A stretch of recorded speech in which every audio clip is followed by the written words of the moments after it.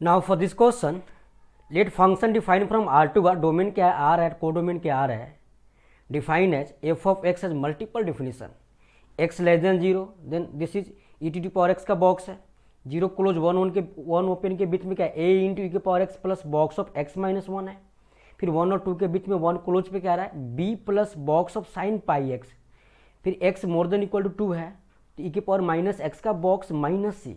यार मुझे जब तक बॉक्स रहेगा ना, जब तक हम कंटिन्यूटी में लिमिटिंग वैल्यू निकालना टफ है। तो यहाँ पे एफ एक्स को ब्रेक करो, मैं सॉल्व कर लो, बॉक्स को रिमूव करो, try to remove box and greatest integer function where a b c belongs to R, then this represent greatest integer function, they need to find then which of the following statement is true. A b c d सारे में continuity discontinuous बोल रहा है F के बारे में, और उन्हें बोला ए और B plus C equal to one है, बी ऑप्शन में A plus B plus C not equal to one है। तो अभी काम करो ना, आप ए बी सी में रिलेशन तो निकालो कंटिन्यूस मानकर, उसके बाद हम जजमेंट कर लेंगे कौन सा ऑप्शन राइट होगा। तो हमने बोला कि जब एफ ऑफ अच्छा ई टी पावर एक्स का ग्राफ ड्रॉ करो जब एक्स लेस देन वन है, एक्स लेस देन जीरो है, तो ई टी पावर एक्स कहाँ अप्रोच करेगा। तो हमने बोला this graph of e to power x का,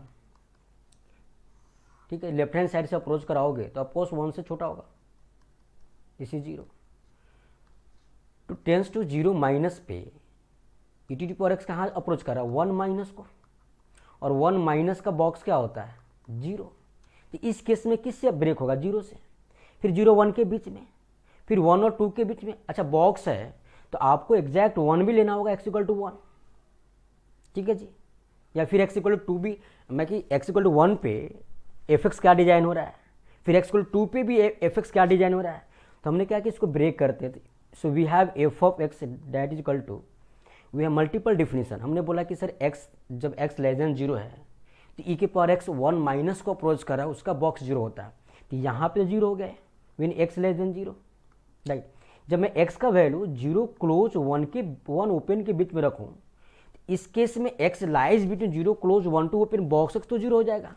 नाउ एक्स माइनस वन कहाँ लाई करेगा, तो ऑफकोर्स वन से टू के बीच में, तो box of x minus one कितना होगा that is equal to one, चलेगा जी।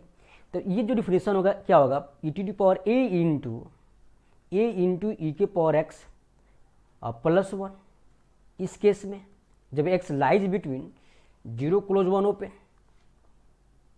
ठीक है चलेगा। नाउ जीरो वन, फिर हमने बोला कि एक्स इक्वल टू, एक काम करते हैं एक्स इक्वल टू वन लेते हैं, तो वन पे यहाँ पे क्लोज इंटरवल है इस डिफिनेशन में B plus box of sine pi x, तो sine pi that is zero exact zero, और तुम साइन पाई एक्स में साइन पाई जीरो, जीरो का बॉक्स क्या होता है जीरो, तो यहाँ पे बी आ गया। ना एक्स जब वन से बड़ी क्वांटिटी हो और टू से छोटा हो, उस केस में डिफिनेशन मेरा यही है B plus box of sine pi x ही है, लेकिन यहाँ पे एग्जैक्ट वन नहीं है, वन और टू के बीच में है। तो काम करते हैं ना, मुझे तो प्रॉब्लम किस पे, box of sine pi x पे है, तो साइन पाई एक्स का ग्राफ ड्रॉ करते हैं। साइन पाई एक्स ग्राफ कैसे ड्रॉ करते हैं, यू नो एफ एक्स के ग्राफ से मुझे ग्राफ ड्रॉ करना है f of k times x, यानी first we have to draw the graph of f of x and divide all x coordinate by k, simple है। अब मुझे sine pi of x का graph कहाँ से कहाँ ड्रॉ करना है, तो वन और टू के बीच में, तो बहुत सिंपल है। Now we have to draw graph of sine pi x, right. You know how can draw the graph of f of k x, मुझे एफ एक्स के ग्राफ से f of k into x का graph draw करना, first need to draw graph of f of x, फिर f x graph में जितने भी x coordinate ना उसको के से डिवाइड करते हैं, सो सिंपल। तो साइन एक्स ग्राफ ये होगा, इसके रेंज में तो कोई भी फर्क नहीं पड़ेगा, हाँ डोमेन में फर्क पड़ेगा। This is y axis, y is equal to one, y is equal to minus one, चलेगा ना।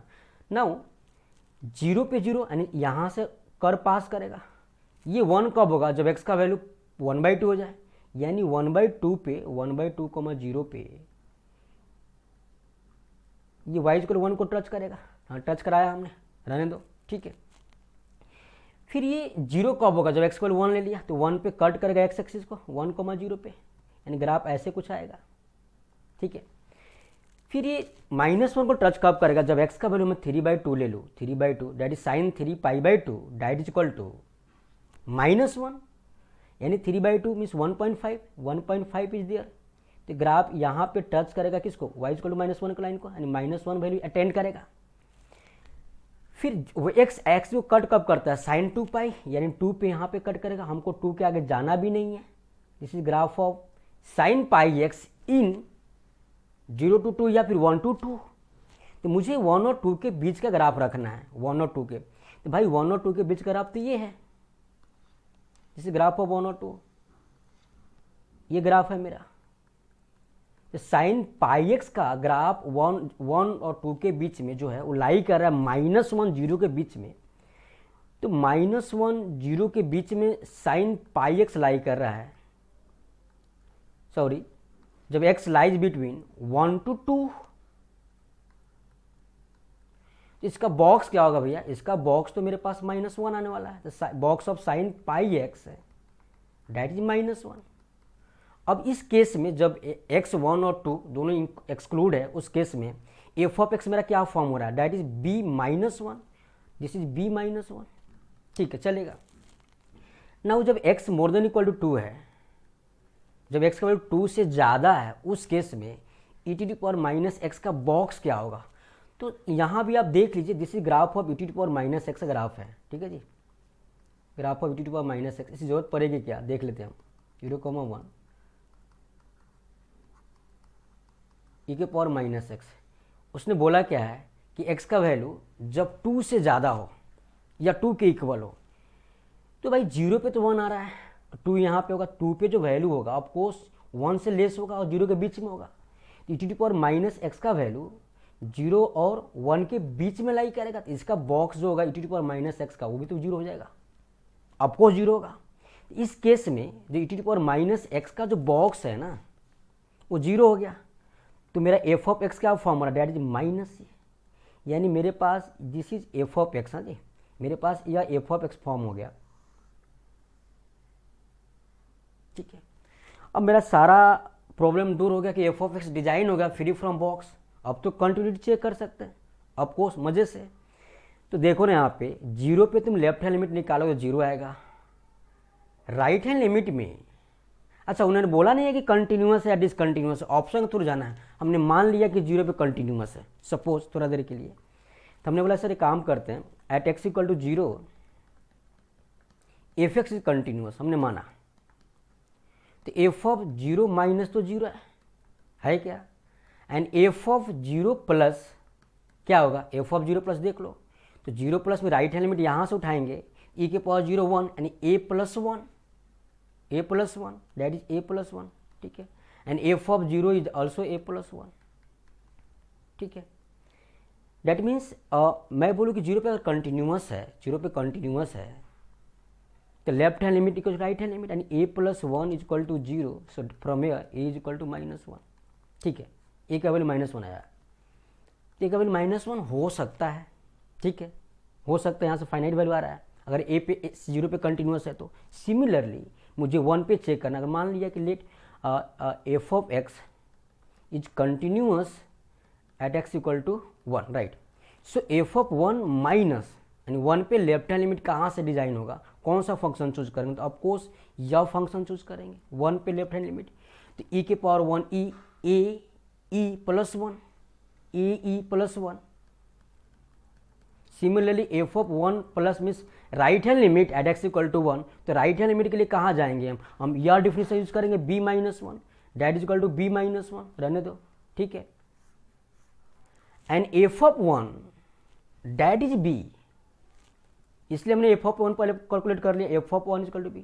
अगर मैंने माना कि 1 पे एफ ऑफ x मेरा फंक्शन कंटिन्यूअस है ना, तो left hand limit equal to right hand limit functional value.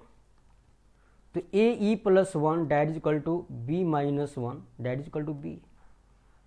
यार देखो ना, b-1 कभी b हो ही नहीं सकता है, b-1 मैंने इसी को b-1 कभी b हो सकता है क्या, पॉसिबल ही नहीं है, दुनिया में पॉसिबल ही नहीं है कोई भी ऐसा।